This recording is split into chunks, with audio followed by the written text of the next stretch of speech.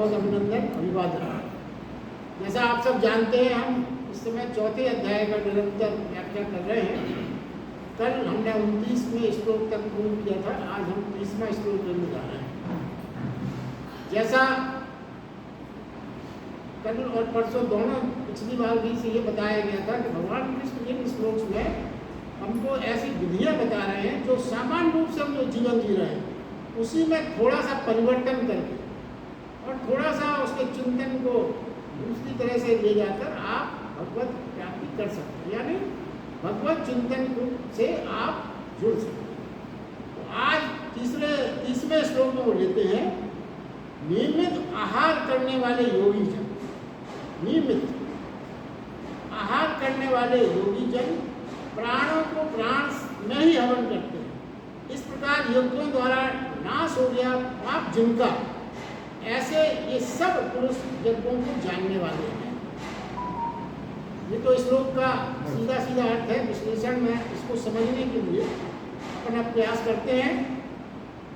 तो देखिए, पहली बात तो यह है कि योग की अनेक प्रक्रियाएं भगवान कृष्ण ने उल्लेखित की हैं और उनका ये भी कहना, अर्जुन जो तुझी भाया है, जो आपको भाया है। अर्जुन के माध्यम से ये संदेश सभी को है, जिसको जो विधि खा जाए, अपने को वो सुविधाजनक समझे, उसी को वो अपना सकते। तो नियमित और संयमित आहार क्या है, इसका इस श्लोक में पहले हम इसको समझें। तो पहले व्यापक अर्थ है आहार के, बहुत व्यापक अर्थ है। जो भोजन एक आहार निश्चित है, जो हम सब समझते हैं भोजन आहार है, मगर एक मात्र आहार नहीं है भोजन। फिर क्या है व्यापक अर्थ? क्या है? जो बाहर से भीतर लिया जाए वो आहार। जो भी आप बाहर से भीतर शरीर में प्रविष्ट होगा वो आहार। अब इसका क्या तात्पर्य हुआ? इसका तात्पर्य हुआ कि आंखों से भी हम चीजों को भीतर लेते हैं, आंखों से भी हम चीजों को भीतर लेते हैं, वो भी आहार हुआ। कान से और नाक से भी हम चीजों को अंदर लेते हैं, तो वो भी एक प्रकार का आहार हुआ। और स्पर्श से भी हम, इंद्रियां हमारी चीजों को अंदर ग्राह्य करती हैं, तो वो भी आहार के ही श्रेणी में आएगा। तो जो वस्तुतः सामान्यतः हम ये सोचते हैं कि आहार माने खाली पार्टी में और घर में भोजन करना, ऐसा नहीं है। भगवान कृष्ण की दृष्टि में आहार का एक व्यापक अर्थ है, जो पहले हम इसको समझने के पहले इसका कंक्लूजन ये निकलता है कि इंद्रियों के द्वार से जो भी भीतर आ जाए वो आहार। अब देखिए, अब आहार तो हमने समझ लिया क्या है, मगर आहार कितने प्रकार के होते हैं ये समझने की बात है। तो आहार दो प्रकार के बताए गए हैं। क्या? भगवान कृष्ण ने ये बताया है कि जो प्राणों को, एक प्रकार का आहार क्या है? जो प्राणों को उत्तेजित करे, पागल करे, विषयों की ओर दौड़ने में विवश करे, अशांत करे, चित्त को आंदोलित करे। एक प्रकार के ऐसे आहार भी हो सकते हैं जो आपके अंदर उत्तेजना, अशांति ये पैदा करे। और दूसरे प्रकार का आहार ऐसा भी हो सकता है जो आपको शांत करे, आपको विश्राम दे, विषय की ओर दौड़ने के लिए आपको विवश ना करे। जैसे कैसे? जैसे लहरें समुद्र में उठती हैं, वायु जब तेज चलती है वायुमंडल में, तो वो लहरें छलांग लगाना बंद कर और सागर में लीन हो जाए, शांत रहे। ऐसा भी आहार, इस प्रकार आहार दो तरह के हो गए, सामान्य रूप से समझे तो एक में जो उसमें आपके अंदर उत्तेजना पैदा करे, दूसरे में शांति पैदा। व्यापक सरल शब्दों में हम इसको इस प्रकार समझ सकते। अब देखिए, यहाँ पे जो और समझने की बात यह है कि जो दो प्रकार के हुए उसमें आपने ये समझे कि जैसे भोजन जो हम खाना खाते हैं सीधा, उसमें यदि हम कुछ ज़्यादा हैवी या कोई ऐसा अपाच पदार्थ खा लेते हैं तो जिससे पेट में या कुछ गड़बड़ी हो जाती है, तो उसके इलाज है, उसके इलाज हैं, तरह तरह से उसका इलाज किया जा सकता है। एंटासिड्स हैं, पलिएटिव हैं, लैक्सेटिव्स हैं, एंटी डायरियल ड्रग्स हैं, बहुत सी दवाइयाँ आती हैं जिससे आप उस भोजन के कारण जो आपको अपच हो गया हो, अपाच हो गया हो, उसका आप इलाज कर सकते हो। मगर यहाँ पे विचार करने की बात यह कि मस्तिष्क को जो दूषित विचार आपके अंदर गए उसका कोई इलाज, कोई दवा नहीं। मुख्य बात ये समझने की, बाहर के भोजन का तो इलाज के लिए दवाइयाँ बाजार में उपलब्ध हैं, मगर आपके मस्तिष्क में जो दूषित विचार गए उसके इलाज के लिए कोई मेडिकल स्टोर में किसी डॉक्टर के पास कोई दवाई उपलब्ध नहीं।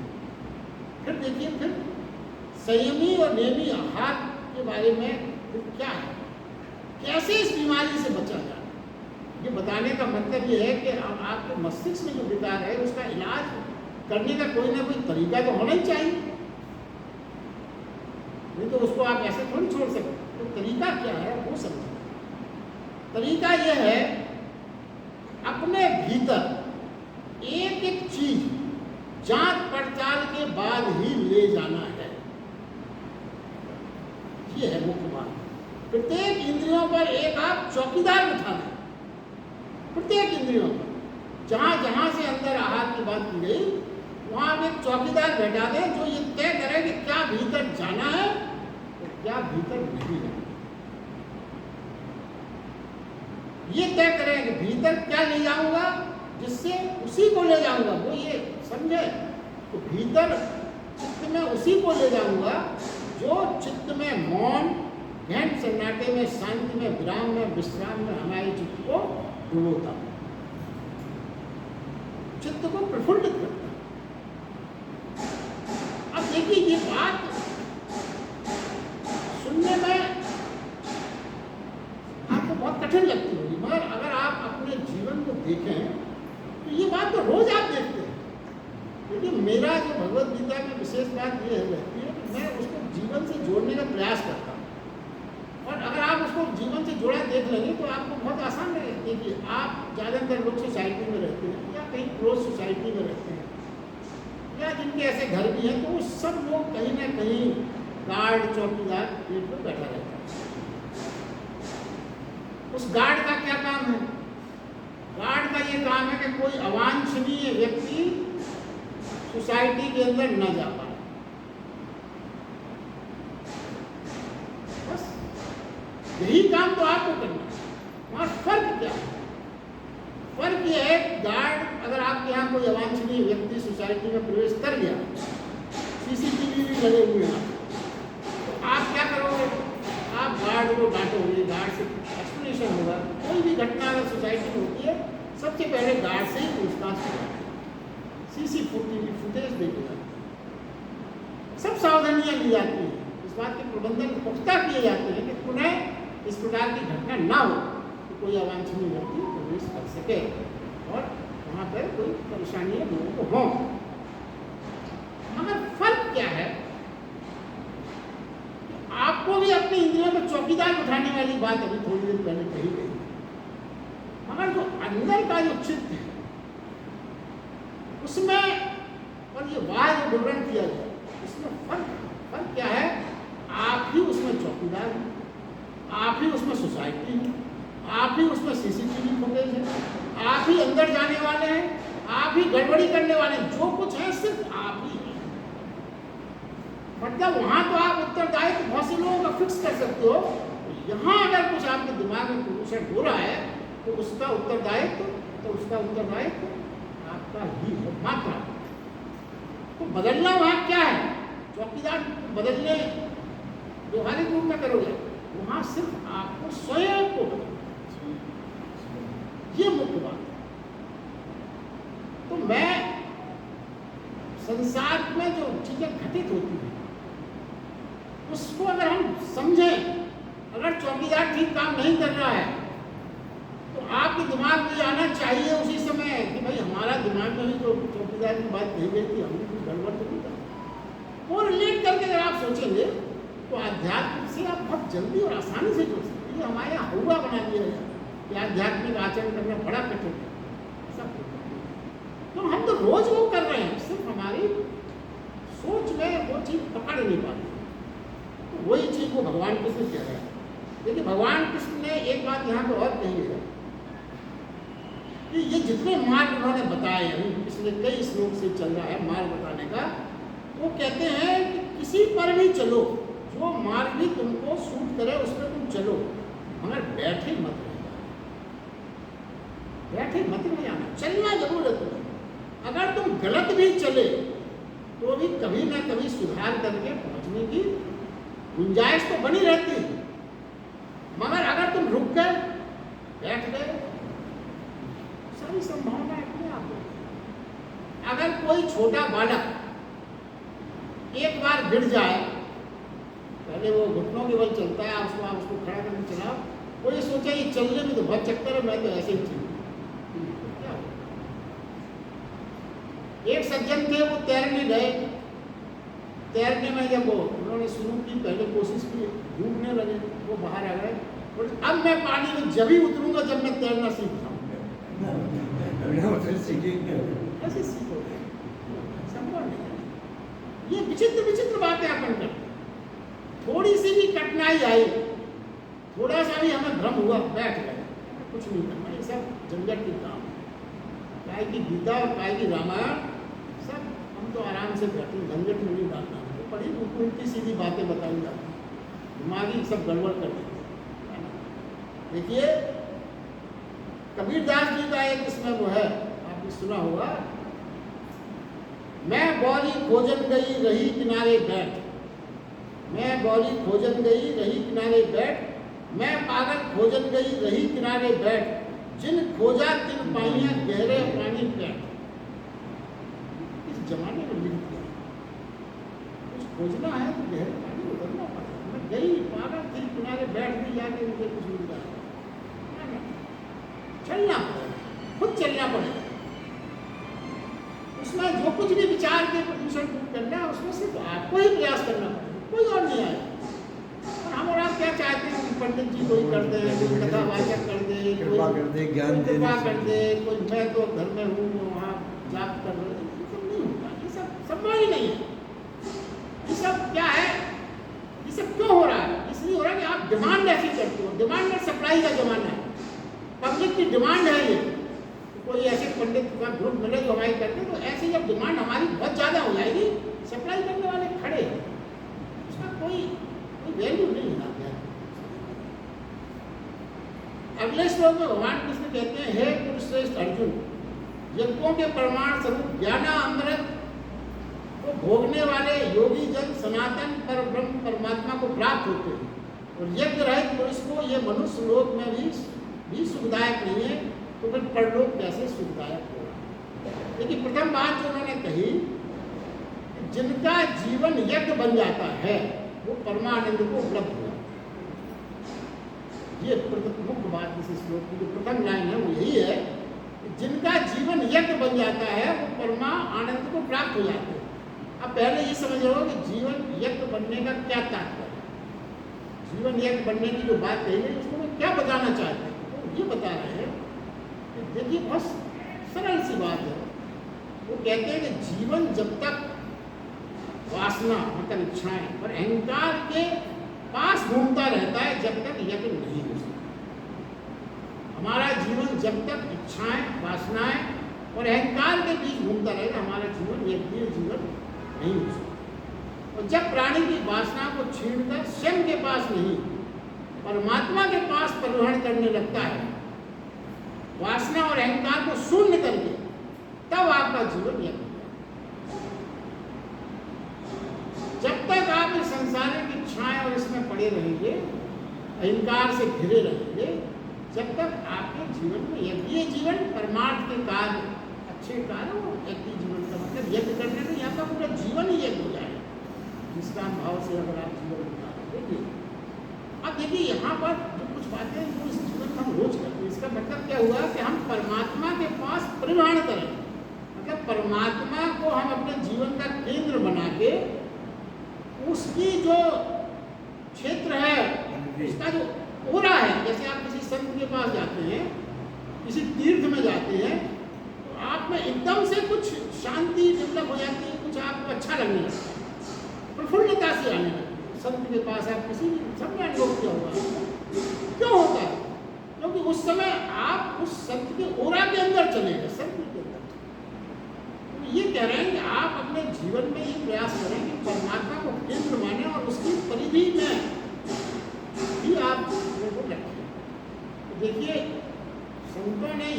बात को समझाने के लिए हमारे जो मंदिर हैं उसमें परिक्रमा का नियम है। किसी भी मंदिर में हम जाते हैं तो मंदिर की परिक्रमा हमने खाली क्या करो मैकेनिकल मान लिया उसका बहुत गहरा महत्व है। क्या है, मंदिर की परिक्रमा करते हैं कि हमने परमात्मा को केंद्र माना और उसकी परिधि में अब भी हम अपना जीवन अब बिताएं। ये संकल्प है, ये नहीं कि आपने घूमा और आप चले आए हाथ जोड़े हो गया।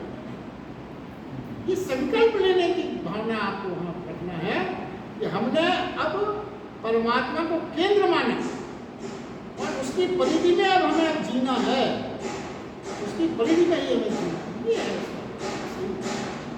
ये संकल्प आप वहां लें। इसीलिए मगर अब संतों ने तो हमको बता दिया परिक्रमा ऐसी नहीं है। ये बहुत कि आपको हमारे संतों ऋषियों मुनियों ने कोई भी चीज ऐसी नहीं की है जो वैज्ञानिक आधार पे था, जिसका आध्यात्मिक आधार था। अब हमने उसको परंपरा मान लिया, उसके महत्व को नहीं समझा और हम उसको नहीं समझ पाते, इससे दूर है। दूसरी बात जो इसमें कही गई श्लोक में, ज्ञान रूपी अमृत को उपलब्ध हो जाए, ज्ञान रूपी अमृत। अब आप इसको विलोम करें, अमृत का विलोम क्या हुआ? अमृत का अमर है तो अमरत्व है, अमृत का अमृत, तो इसका विलोम होगा मृत्यु। और ज्ञान का विलोम होगा अज्ञान। दोनों शब्दों को आप विलोम करके सोचो तो क्या हो गया? जब ज्ञान अमृत है अगर, तो अज्ञान क्या होगा? अज्ञान मृत्यु होगा। ज्ञान यदि अमृत है तो ज्ञान अमृत कब होगा? जब अज्ञान की वजह से मृत्यु का आभास होगा। जब अज्ञान मृत्यु होगी तभी ज्ञान अमृत होगा। ये बात समझिए। देखिए इसको अपन ठीक से समझते हैं। अज्ञान सच में देखा जाए तो अज्ञान क्या है? मूलभूत अज्ञान क्या है? ज्ञान के बारे में बहुत सी परिभाषाएं दिमाग में आ जाती हैं, मगर भगवान कृष्ण जी जो संकेत दे रहे हैं वो सबसे बड़ा ज्ञान है। उससे बड़ा ज्ञान तो हो ही नहीं सकता सृष्टि। वो ज्ञान क्या है? जीवन की इस शरीर की विदाई, जीवन की शरीर से विदाई अज्ञान बस हमें मृत्यु समझना। जीवन की इस शरीर से विदाई अज्ञान बस हमें मृत्यु समझ में आती है। इसका कारण मात्र इतना है कि हमने अपने अस्तित्व को शरीर से अलग कभी माना ही नहीं।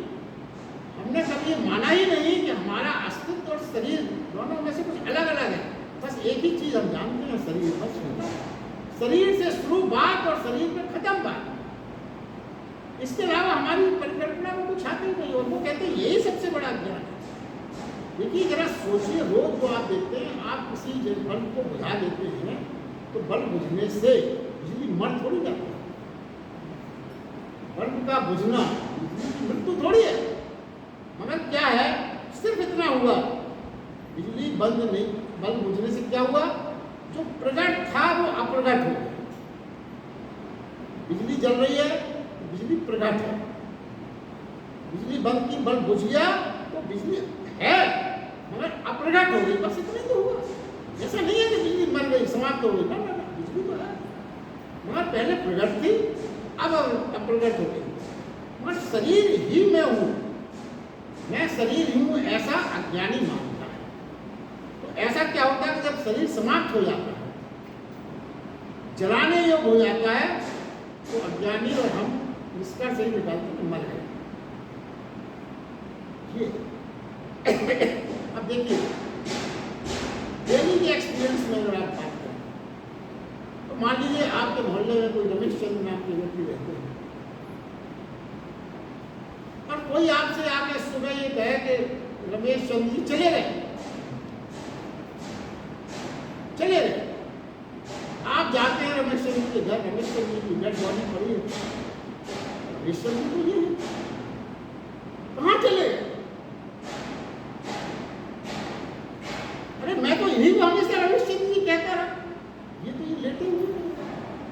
मगर वो सब लोग क्या, हम खुद कहते हैं प्रैक्टिकल भाषा में आप खुद अपना ध्यान दीजिए। व्यवहारिक बात है, सबने किया, रमेश चंद्र जी चले। इसका मतलब क्या हुआ कि जो रमेश चंद्र जी अभी लेटे वो रमेश चंद्र जी नहीं है। वो तो चले गए। शरीर तो लेटा हुआ है। अब क्या सच है, क्या सच है, बस यही बात है।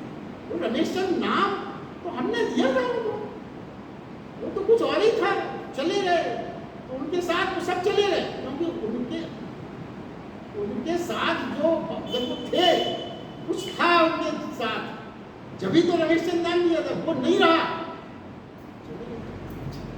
अब देखिए क्या है, समझना यहाँ ये है, आपने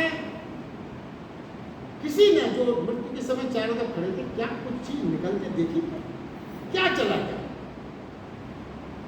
कुछ देर पहले थे निश्चित, साथ में थे, साथ में, और पूरा परिवार घेरे खड़ा भी था, उनको अचानक चले गए। तो कैसे चले गए, कहाँ चले गए, क्या चला गया? इसका हम सिर्फ परिकल्पना कर सकते, क्योंकि वो सूक्ष्मतम है, सूक्ष्म, अति सूक्ष्म, मगर है तो अवश्य, आप इनकार नहीं कर सकते। ये तो बताइए फिर क्या हो गया। इसलिए आत्मा का जो कंसेप्ट है, कई लोग कहते हैं नहीं तो बताया, या आप कहते हैं अगर आप आत्मा के कंसेप्ट को ना भी समझें तो इतना तो बताएं कि कहीं ना कहीं उसका किसी पावर हाउस से कनेक्शन तो था, कनेक्शन टूट गया, तो कैसे टूट गया, क्या हो गया, ये सब बातें तो अपन को विचार करना पड़ेगा। तो मुख्य बात ये है, देखिए, और जैसे कल जो अपन ने बात की थी, कुछ बातें ऐसी प्रैक्टिकल है, जैसे कल हम अपन ने जो चर्चा की थी, जैसे अपन अंधकार में भी घर में आप रात में नींद खुली आपकी, बहुत तेज अंधेरा है, आपने लाइट बंद चलाया, लाइट चल गई, आप संतुष्ट हो, आपने वाशरूम में जो भी लाइट बंद। अगर आप रात में उठे अंधेरे में और आपने वो स्विच जलाया जो रोज जलाने से लाइट जलाती है और लाइट नहीं जली, फिर क्या? फिर आप थोड़े से चिंतित हो जाए, क्या हो गया, क्यों आप चिंतित हो गए? क्योंकि पावर हाउस से आपका कनेक्शन, आपकी जब तक आप चिंतित नहीं थे, जब तक पावर हाउस से आपका कनेक्शन चालू था, पावर हाउस से कनेक्शन आपका कट गया, इसलिए आप चिंतित हो गए। तो ये जो घटना घटी, वो पावर हाउस से कनेक्शन कटने से मृत्यु हो गई। अब देखिए एक चीज यहाँ पे और एडिशन करते, मान लीजिए भगवान ने पिछले श्लोक में कहा था, उसका अपन फिर से थोड़ा विचार करते हैं। बिजली चली गई तो आप क्या करेंगे? मोमबत्ती खोल देंगे, मिल जाएंगी, मोमबत्ती जला लेंगे, प्रकाश हो गया, थोड़ा सा आप थोड़ा संतुष्ट हो। मगर क्या आप इतने संतुष्ट हो गए कि फिर आप ये कहें कि अब क्या करना, लाइट हमारे पास तो बंडल मोमबत्ती है, जितने दिन चलेगी ना मिले कनेक्शन, ऐसा हो सकता है? कनेक्शन तो आपको फिर भी पावर हाउस से जोड़ने का चाह बनी रहेगी। तो भगवान कृष्ण ने एक श्लोक में जो ये कहा था कि मुझसे जुड़ना बहुत कठिन है, क्योंकि मुझसे जुड़ना तो ऐसा है जैसे सूर्य के पास आप जाओगे तो भस्म बिना हुए आप नहीं रह सकते, तो मोक्ष प्राप्त करना बहुत कठिन है। मगर तू देवी देवताओं की उपासना करता है, वो तुझे मोक्ष भले न दिला सके, मगर तेरा थोड़ा शुभ तो कर देंगे, जिसके कारण तेरे मनोकामना पूरी हो जाती है। ये व्यवहारिक रूप की बात है। तो वो जो पिछले बार आएगा, इसको अपन को एडिशनल सोचना पड़ेगा कि यदि आपके पास एक बंडल मोमबत्ती है तो आप एक जला लीजिए, कोई बात नहीं, विकास थोड़ा सा तो हो गया। तो देवी देवताओं की उपासना के बारे में भगवान कृष्ण ने जो बताया था, उसका तात्पर्य है कि यदि आप मोमबत्ती से संतुष्ट हो जाएं तो फिर मेरा ध्यान न करें। ठीक है, हमारे पास एक बंडल मोमबत्ती, क्या करना है उनको पावर हाउस से कनेक्शन का, नहीं है जरूरत, ऐसा नहीं कर पाते आप व्यवहारिक। तो फिर परमात्मा, आप छोटे छोटे देवी देवता जो परमात्मा चेतना की शक्ति से ही आप काम कर रहे हैं, और परमात्मा शक्ति से इसलिए आपकी मदद कर रहे हैं, जो उन्होंने बताया था कि आप उनकी मदद करें तो वो आपकी मदद करेंगे। तो मदद पहले आपको करना पड़ती है। तो ये बड़ा आश्चर्यजनक श्लोक था, ने चर्चा की थी कि देवताओं की हम कैसे मदद कर सकते हैं। तो देवताओं की मदद कैसे कर सकते हैं, भगवान कृष्ण ने ये बताया है कि वो अशरीरी हैं, मगर अच्छे कार्य करने की कामना उनमें जागृत है। कोई भी अच्छा कार्य करता है तो वो उसकी शक्ति बन के उसी शरीर से अपनी मनोकामना पूरी करते हैं। क्योंकि देवताओं चाहते हैं देवता के शुभ कार्य, मगर उनके पास शरीर नहीं, आपके पास शरीर है। आपका विचार जब वो देखते हैं कि आप किसी शुभ कार्य की ओर बढ़ रहे हैं, तो आपकी ऊर्जा और शक्ति बन के वो आपके सहायक बन जाते हैं। और इसको कहा जाता है कि आप देवताओं की मदद कर रहे हैं। जब आप देवताओं की मदद करेंगे तो उसके बदले में वो भी आपकी मनोकामना पूर्ण करके इस तरह से जो देवताओं से, जो साधना से जो आपकी मनोकामना पूरी होती है, उसका रहस्य भगवान ने बताया। मना नहीं किया कि आप डायरेक्ट हमको कहते हैं, हमसे जुड़ना बहुत कठिन है। मगर यदि आप वहाँ रुक गए, जैसा हमने कहा कि मोमबत्तियाँ हैं तो बिजली का क्या करना नहीं, वैसा ही आपको उधर को तो ध्यान करना पड़ेगा। आपको कितना भी कष्ट हो, कोई भयंकर अगर मान लीजिए डर हो, तो पहली बात क्या कही जाती है अपने से, हनुमान चालीसा पाठ करो। गलत नहीं है, बहुत अच्छी बात है। मगर आपने डर के समय हनुमान चालीसा ही मात्र एक उपाय मान लिया और आप रुक गए। जब डर होगा हनुमान चालीसा पढ़ने के बाद कुछ नहीं करना है, कैसे जीवन चले? ये मूल बात है हमसे। पाखंड ये हो जाता है कि हनुमान जब होगा कुछ तो हनुमान चालीसा कर लेंगे। हनुमान चालीसा करने से आपके मनों में थोड़ी सी शक्ति ऊर्जा तो आएगी, जो आपको तत्कालिक मोमबत्ती के जलने ऐसा सहारा दे देगी अंधेरे से। मगर आपने उसी को पर्याप्त मान लिया। बस अब हमें तो और कोई प्रबंधन नहीं करना है, अपने भय डर दूर करने है, खाली हनुमान चालीसा ही पढ़ते रहो तो कुछ नहीं होता।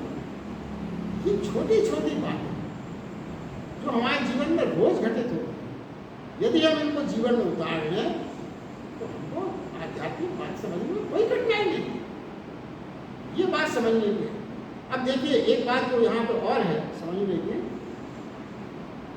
कि भगवान कृष्ण ने यहाँ पे जो बहुत स्पष्ट घोषणा की है वो ये है, वो ये कहते हैं इस पृथ्वी पर सबसे असंभव घटना मृत्यु है।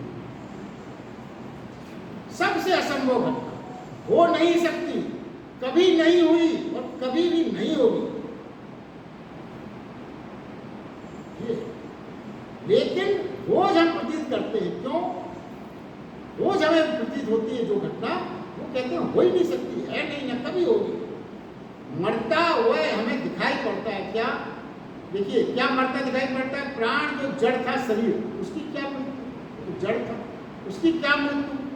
और जो प्राण है वो तो कभी मरता ही नहीं है। इसीलिए जिस दिन हम ये जान लेंगे, ये समझ लेंगे ये थ्योरी, उस दिन मृत्यु त्वरित हो जाती है और फिर अमृत ही अमृत है, अमृत ही शेष है। इसीलिए उन्होंने कहा ज्ञानी अमृत को प्राप्त होगा। देखिए अब और अगर समझते हैं कि अज्ञानी और ज्ञानी में मूलभूत रूप से जो फर्क अगर अपन ने किया, मगर एक बात तो समान सी लगती है कि भगवान ने अज्ञानी को हुई उतनी ही आत्मा दी है जितनी ज्ञानी को दी है। वो ये नहीं कहा कि ये ज्ञानी है जिनको जरा अच्छी पैकिंग में बड़ा वाला आत्मा, जो ये बेकार है इसको छोटी सी। दोनों में आत्माएं सब बराबर हैं सबके पास। जो परमात्मा ने उसमें साइज में कहीं कोई फर्क नहीं। फर्क कहाँ हो जाता है? फर्क ये हो जाता है कि ज्ञानी अपने प्रति होश से भरा है और अज्ञानी अपने प्रति बेहोश है। ये डिफरेंस क्या हुआ? इसका मतलब क्या है?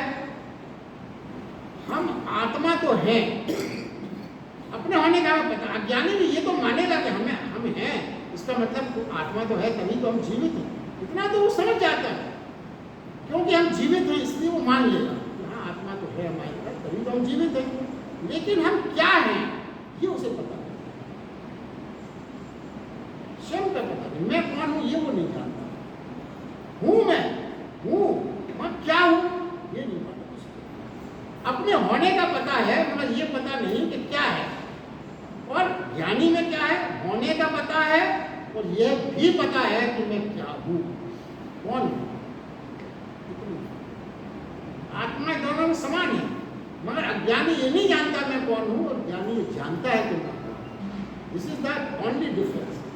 तो निष्कर्ष इस श्लोक में ये निकलता है कि ऐसे व्यक्ति जो ज्ञान अमृत को उपलब्ध हो जाते हैं, ऐसे व्यक्ति जो ज्ञान के अमृत को उपलब्ध हो जाते हैं, वो परलोक में परम ब्रह्म को पाते हैं और आनंद पाते हैं।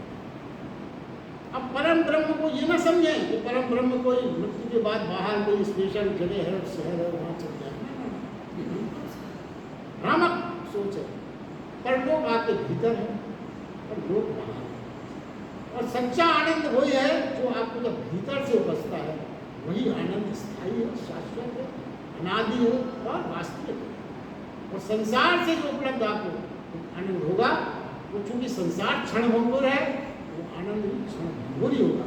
क्षण भंगुर से उपजा कुछ भी क्षण भंगुर होगा। और आत्मा अंदर से जो आनंद प्राप्त होगा, वो परमात्मा शक्ति से आनंद प्राप्त हो रहा है। चूंकि परमात्मा अनादि है, शाश्वत है, हमेशा है, कोई रूप उसका चेंज नहीं होता, सर्वदा है। आपको उसके माध्यम से जो आनंद प्राप्त होगा, वो सर्वदा है, शाश्वत है और आपको प्रफुल्लित करने वाला है। ये जो मुख्य बात है, ये यहाँ पे समझने की है। तो क्या है और इसके आगे क्या है समझने की बात कि अज्ञान में क्या होता है? अज्ञान में सुख भी दुख बन जाता है। जन्म भी मृत्यु की सूचना मानता है अज्ञान। वरदान भी उसे अभिशाप लगेगा। और ज्ञान में क्या होगा? दुख भी सुख बन जाते हैं। मृत्यु भी उसको नया जन्म की सूचना दे दी जाती है और अभिशाप भी वरदान बन जाता है। दिस इज द मौलिक डिफरेंस है। देखिए, अगर इसको दृष्टांत से समझें तो आपको ये बात बहुत आसानी से समझ आएगी। किसी परिवार में या कोई जाने किसी भी समाज में एक लड़के ने संन्यास लिया, तो गए, उनके एक बहुत बड़े व्यक्ति थे, इंडस्ट्रियलिस्ट, उसी मोहल्ले में रहते थे, समारोह हुआ, उन्होंने जाके उनके परिवार के साथ वो गए समारोह में, उस लड़के की पूरी प्रशंसा की और परिवार को धन्य कहा, बड़ा सौभाग्य है तुम्हारा, जवान लड़के ने संन्यास ले लिया। अब उनके साथ उनका जवान लड़का भी था, सुनता रहा पिताजी की बात। घर आके उस लड़के ने घोषित किया कि पिताजी, हम आपकी बात से बहुत प्रभावित हुए, हम भी संन्यास लेने जा रहे हैं। पिताजी के होश उड़ गए, मां रोने लगी, बोले मेरे तो 3 लड़के हुए थे, 2 मर गए, तू ही बचाए, तू ही संन्यास ले रहा है, तो मेरा क्या होगा? पिताजी बोले मैंने इतनी इंडस्ट्री खड़ी की है, इतना व्यापार खड़ा किया है, तू संन्यास ले रहा है तो क्या होगा? जिस चीज की अपन वहां जाके प्रशंसा कराई थी, संन्यास लेना मतलब क्या है? जो वरदान उनको मिलने वाला था, वो भी उनको साफ करना। भगवान बुद्ध जब 12 साल के बाद, जब वो पूरा उनको ज्ञान प्राप्त हो गया था, वो एक यात्रा पर निकले। उस समय उनका भी वो शहर आ गया जहाँ उनके राज्य था, पिताजी के सब परिवार। वहाँ पे वो रुके तो पिताजी को पता लगा कि पिताजी आ गए। पिताजी ने देखा, गेरुआ कपड़े, कमंडल, भिक्षु बने। उन्होंने कहा, मूर्ख, अभी भी मेरी बात मान जा। क्या तू ये राजा का लड़का, इतना वैभव, भिक्षुक बना घूम रहा है, गाड़ी बन गया, चल मेरे साथ वापस। अभी भी तेरे किस्मत जगा ले अपनी, अभी किस्मत तो फूट गई। तो भगवान बुद्ध मुस्कुराने लगे, बोले आप किसकी बात कर रहे हो? मैं वो हूँ ही नहीं जो यहाँ से गया। तो कहते कैसी पागलपन की बात कर रहा है? तू मेरा लड़का है और मैं तुझे पहचानूंगा भी नहीं। तू कह रहा मैं वो हूँ ही नहीं। मतलब जो इतना बड़ा वरदान जो भगवान बुद्ध के रूप में था, उसके पिता को वो भी मूर्खतापूर्ण, अभिशाप और ऐसा लगता था कि पागल हो गए। ये ज्ञान और अज्ञान में यही भगवान इस स्टोरी में बता रहे हैं कि ज्ञान और अज्ञान में क्या फर्क है? अज्ञानी को वरदान भी अभिशाप लगने लगता है। ये मौलिक डिफरेंस है। देखिए, अगला श्लोक है जो इसमें मूल संदेश दिया गया है, वो ये है कि इन सारे यज्ञों को करते हुए निष्काम कर्म के भाव से दृष्टारूप हुआ व्यक्ति मुक्त हो जाता है।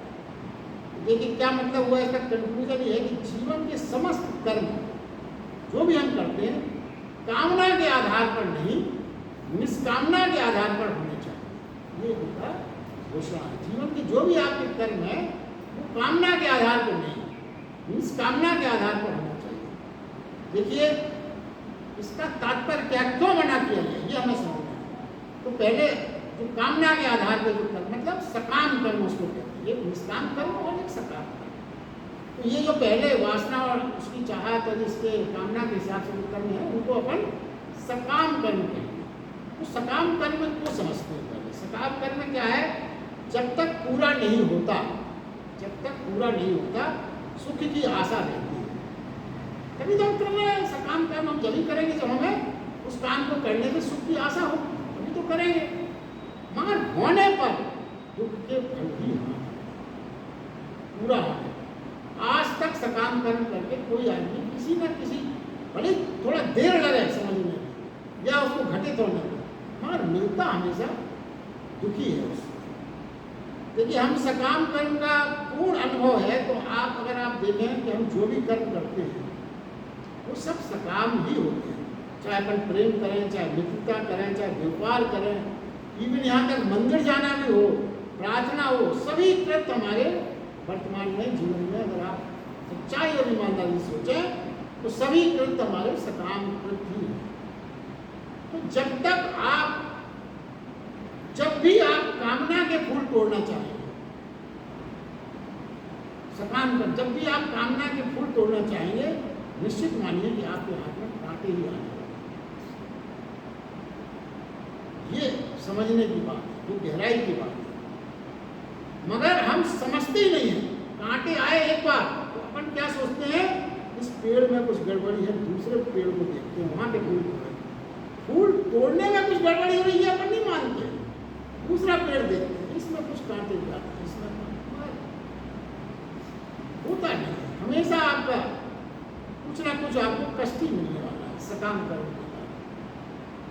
तो देखिए क्या है, और निष्काम कर्म में क्या होता है। निष्काम कर्म जो हम करते हैं तो कामना उस समय जो है आपकी कामना की आशा और सुख कुछ मिलने वाला है, ये बिल्कुल शून्य रहता है प्रारंभ में। कुछ आपने सुख की आशा के बिना आपको करना पड़ेगा काम की शुरुआत, मगर कर्म पूरा होने पर आप आनंद से, शुरू में आनंद की आशा मत करो, मगर बाद में जब वो निष्काम कर्म पूरा होगा तो आप आनंद से भर जाएंगे। मतलब रिवर्स है, उसमें आप आशा और सुख की आशा से शुरू करते थे, बाद में दुख। इसमें आप बिना किसी आशा के सुख की, बिना किसी सुख की आशा के काम शुरू करोगे तो बाद में आपको आनंद मिलेगा। और देखिए एक रिवर्स चीज जो आपको समझना है, जब सकाम कर्म में हम फूल पकड़ते हैं, कांटा हाथ लगता है, इसका रिवर्स भी हो जाता है। निष्काम कर्म में आप कांटे भी पकड़ेंगे तो भी वो फूल के रूप में। ये डिफरेंस समझने का। निष्काम भाव से यदि आपने कांटा भी पकड़ा तो वो आपके लिए फूल बन गया सामने आया। तो देखिए वो ये कहते हैं 24 घंटे में, यदि आपको ये चीज हो सकता है लगे कि ये ऐसी बातें हैं सिर्फ कहने, व्यवहारिक रूप से अनुभव आप करो, और कभी भी आप कर सकते हो, कहीं भी कर सकते हो। आप घूमने सुबह निकलते हैं, कोई एक व्यक्ति अपरिचित भिखारी मिल जाएगा और उससे आप दोनों हाथ जोड़ के प्रणाम करिए, राम राम करिए, कुछ भी करिए, भिखारी से, समकक्ष भी नहीं, भिखारी से। तो क्या होगा, सच मानिए आप कभी करके देखना, आपके भीतर तत्काल एक आनंद की झलक करके देखना। ये बिल्कुल व्यवहारिक बात है। एक लहर शांति की दौड़ जाएगी भीतर, जैसे ईश्वर की कृपा भीतर आ गई। किसी निरीह व्यक्ति को थोड़ी सी मदद, थोड़ा सा प्रणाम ही करके देखें, मदद छोड़ पाओ। अब आप जरा ये सोचें, एक छोटे से निष्काम कर्म ने आपको इतनी आनंद दे दिया बिना किसी खर्चे, बिना किसी लागत को। तो यदि आप अपना पूरा जीवन ही निष्काम कर देंगे तो आपका तो जीवन बदल जाएगा। ये बात हमें समझना चाहिए। जितना आनंद तृप्ति मिलेगी, जैसे जैसे पूरा जीवन निष्काम कर्म में लिप्त होने लगेगा, उसका मतलब क्या हुआ, जीवन ही यज्ञ है। यदि कोई निष्काम भाव से जी सके तभी जीवन यज्ञ है। जब कोई निष्काम भाव से जी सके, ये समस्त दुखों से, बंधन से, पीड़ाओं से, संताप से, चिंताओं से फिर वो मुक्त हो। ये समझने की बात है यहाँ।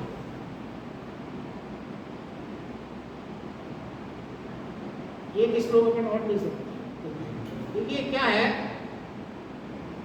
अगले श्लोक में भगवान कृष्ण ये समझा रहे हैं कि मन की चाह क्या क्या है। हमारे मन की क्या चाह है? हम संसार में पदार्थ, वासनाएं, इच्छाएं पूर्ति, यही हमारे मन की चाह है। और इसकी अग्नि की लपटें हमेशा उठती रहती हैं। इन वासनाओं की पूर्ति के लिए, हमेशा हमको जलना पड़ता है। और यज्ञ की प्रक्रिया यहाँ भी हो रही है, क्योंकि अग्नि भी है वासना की लपटों में, और हमारी इच्छाएं हैं पूर्ति के लिए हम जल भी रहे हैं। तो ये भी एक प्रकार का यज्ञ है। मगर ये जो लपटें हैं,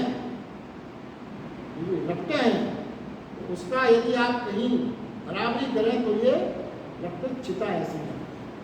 चिता में तो लपटें, इस मनोदशा में जो आपकी लपटें उठ रही है वो चिता के समान है। फिर क्या हुआ? अज्ञान की लपटों में, देखिए क्या है जीवन की थ्योरी, जब अज्ञान की लपटों में जलते जलते हम थक जाते हैं। अक्सर आप देखिए जीवन में होता है, थकान लगने लगती है, परेशान हो जाते हैं, क्योंकि ये चीज़ें पूरी नहीं हो पाती। हम पूरी शक्ति लगा देते हैं, ऊर्जा लगा देते हैं, थक जाते हैं। निराशा, हताशा, बेचैनी में हमारा चित्त हो जाता है। फिर ऐसे में आप देखिए अधिकतर होता है, फिर हम प्रभु की तरफ मुड़े जाते हैं। बहुत निराश होंगे, बहुत हताश होंगे, बहुत थक गए होंगे, हर व्यक्ति का ये अनुभव है। तो फिर उसे प्रभु का ध्यान आया, चलो भाई मंदिर चलो, प्रभु के पास चलो, प्रार्थना करो। आपको बहुत बेचैनी, बहुत हताशा है, वही बचा सकते हैं। तो प्रभु के पास थककर आप बैठ गए। मगर देखिए फर्क है, आप प्रभु के पास थककर बैठे, जागकर नहीं बैठे। जागे नहीं है तो क्या होगा? जैसे ही आप प्रभु के पास बैठे, रोज होता है हमारे जीवन में, और हमने चिंतन नहीं किया, थक के बैठे आप वहां पे रिलैक्स हुए, थोड़ी देर आप थके, थकान आपकी उतर गई, प्रभु के दर्शन से थकान आपकी थोड़ी देर उतर गई। तो जहां थकान आपकी उतरी और आप फिर से क्या शुरू कर दोगे? फिर से आप अपनी इच्छाओं की संसारिक मांगे फिर से उसके सामने प्रस्तुत करना शुरू होता। जिन मांगों से निराश और थक के आप उसके पास पहुंचे थे, जहां आपकी थकान दूर हुई, फिर आप क्या करोगे? क्योंकि आप जगे नहीं थे, थकान उतरी नहीं, फिर आप वही शुरू कर देंगे। फिर आप क्या करेंगे? संसारिक मांगे फिर प्रारंभ हो जाती है। धन की मांग, पत्नी की मांग, शादी की मांग, यश की मांग, राज्य की मांग। इससे प्रार्थना जो आप करने जा रहे थे, उसका स्वरूप, उसका स्वर रूप समझ नहीं, ये मूल बात समझ। ज्ञान में क्या है? ऐसा यज्ञ, ज्ञान और यज्ञ में, इस यज्ञ में क्या फर्क है? ऐसा यज्ञ जिसमें कोई मांग संसारिक ना हो, कोई संसारिक आकांक्षा, कोई मांग ही ना हो। आप देखिए एक रहस्य और आप यहाँ समझे, बहुत महत्वपूर्ण बात है। कभी कभी हम ये सोच सकते हैं, तो ठीक है आपने संसारिक मांगों के लिए बना दिया, तो चलो भाई अब संसारिक मांगे नहीं मांगते, तो क्या मांगे? मोक्ष मांगते हैं, शांति मांगते हैं, आनंद मांगते हैं, प्रभु के दर्शन मांगते हैं, मुक्ति मांगते हैं, ज्ञान मांगते हैं। ये मांग तो ठीक है, इसमें भी कोई इतराज है। भगवान कृष्ण कहते हैं ये मांग भी गलत है। यही रहस्य है गीता। आप भी सोच सकते हैं कि भाई अब तो हम संसारिक मांग नहीं कर रहे, अब तो मोक्ष मांग रहे हैं, अब तो मुक्ति मांग रहे हैं। और भगवान कृष्ण ये कहते हैं कि ये भी गलत है। क्यों? वो कहते हैं पहले ये समझना कि चाहे संसारिक और गैर संसारिक नहीं होती, चाहे संसार ही है। चाहे किसी चीज की चाह की जाए, मोक्ष की भी चाह की जाए, तो वो भी संसारिक हो जाए। चाहे सिर्फ संसारिक होती है, फिर कैसे क्या है? आप अच्छी चीज मांग रहे हैं, तो देखिए ऐसे आपने शांति मांगी, तो समझना अपन को यह है कि शांति की तो मांग की ही नहीं जा सकती, अशांति से मुक्ति की मांग की जा सकती। जैसे ही अब अशांति से मुक्ति की मांग करोगे, चाहे करोगे, शांति अपने आप आ जाएगी। डायरेक्ट यदि आपने शांति मांग की, तो चूंकि आपको शांति नहीं मिलेगी तो एक अशांति और पैदा हो जाएगी, तो मांगा था शांति नहीं मिलेगी। ये जो आपकी अशांति की लिस्ट है उसमें एक पॉइंट और जुड़ जाए, ये बात समझनी। तो क्या एक एडिशनल अशांति हो गई। देखिए, एक संत के पास एक सज्जन गए, उन्होंने ये कहा कि हम समझे भी नहीं आ रहा और कुछ आप बताओ। उन्होंने सिर्फ इतना पूछा, ये बताओ कि ये जीवन में तुम्हारे अशांति कब शुरू हुई? शुरू से तो नहीं हुआ ऐसा? बोले हाँ साहब ये बात अशांति। बोले सोच के बताओ। बोले साहब ऐसा हुआ कि हमारे लड़के ने हमारे साथ व्यापार नहीं किया, एक प्रेम विवाह कर लिया, दूसरे जाति की थी, छोटी जाति की थी, हमने उसे घर से निकाल दिया। और बेटी भी अपना मनमानी थी, उसमें विदेश जाने की इच्छा थी, मैंने बहुत मना किया, वो नहीं चली गई। तो जब से ये घटनाएं हुई तब से मन अशांत। तो उन्होंने कहा कि तुम अशांति की, अब तुम शांति खोज रहे हो। तो सिर्फ उन्होंने बताया, वो संक्षेप में आप बताते, उन्होंने कहा कि तुम ऐसा करो कि लड़के के पास जाओ, उसको क्षमा कर दो, शादी उसका जो विवाह हुआ उसको स्वीकार कर लो, उसको घर लाओ, कहना तुम चलो, हमें सब स्वीकार है तुम्हारी, सब तुम व्यापार में लगो, पूरी तरह से ये बात कर लो। लड़की विदेश में गई, उसको आशीर्वाद दे दो, आना चाहे आए, ना आना चाहे तुम उसके बाद चले जाओ, कुछ नहीं चले जाओ, इतना करके फिर आना। वो गए, उन्होंने ये सब किया, उन्हें शांति आ गई। आप तो कारण बताइए जिन कारणों से जीवन में अशांति।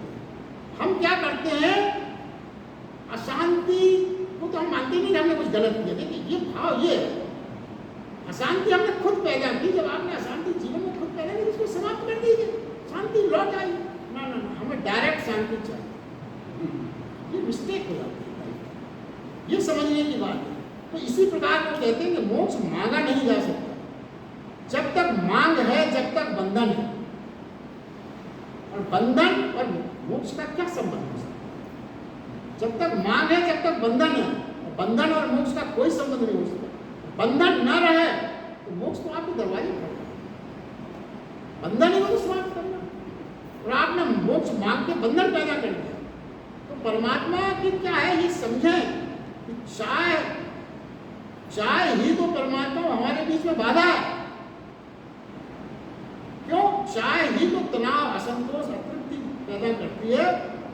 और अगर ये चीज बने, स्थिति बदलते ही ये अशांति की स्थिति, जो असंतोष और अतृप्ति की स्थिति है, ये बदलती परमात्मा को खोजना नहीं पड़ेगा। परमात्मा आके द्वार पे आके खुद आपका कॉल बेल बजाएगा, घंटी बजाएगा, सर में आ गया, खोजना नहीं पड़ेगा। सिर्फ आपको अपने चित्त से अशांति, अतृप्ति, असंतोष, तनाव, इसको दूर करना। इसको आप दूर कर पाए तो जो ब्लैंक जगह हो गई वो सिर्फ परमात्मा से भरी जाएगी, कोई इसी चीज से नहीं भरी जाएगी। मान है क्या? वो ये कहते हैं कि संसार की चीजों को चाहो ही मत, चाहो, सत्य है कि चाहो ही मत, क्योंकि चाह ही संसार है, कोई चीज नहीं चाहना। मन को शांति करना है, मन को शांत करना है। ना अशांति का नाम मन है।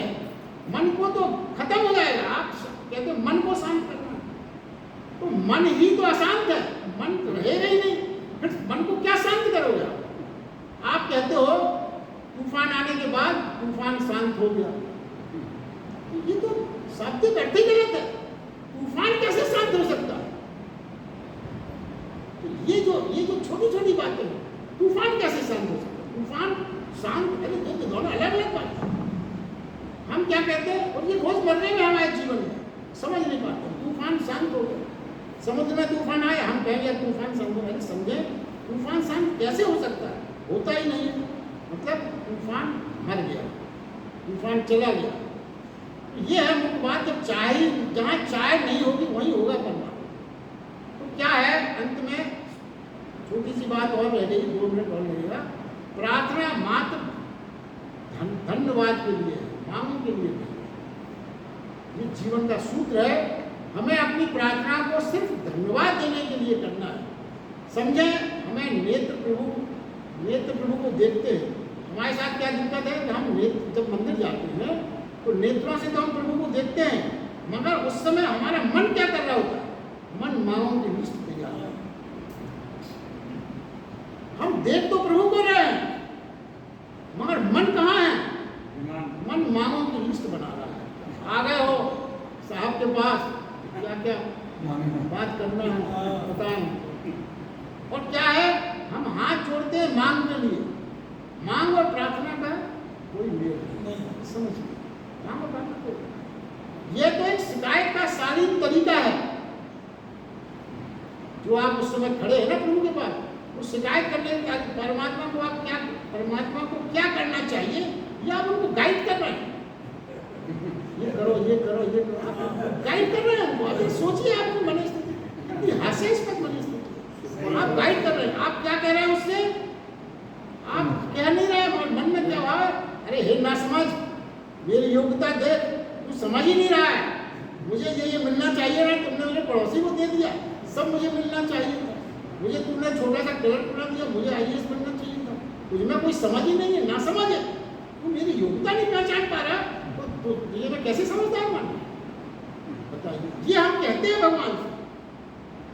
अब देखिए फिर और एक क्या मजेदार बात होती है कि फिर ये होता है जैसे आपने हनुमान जी के सामने ये प्रार्थना कर रहे हो, जो अभी बात हुई, फिर आप क्या सोचते हैं दिमाग में, अरे ये हनुमान जी हमारे घर में हम उनकी पूजा कर रहे हैं, ये कुछ कम ताकतवर हनुमान है, चलो बालाजी हनुमान चलते हैं, वहाँ वाले हनुमान जी के पास।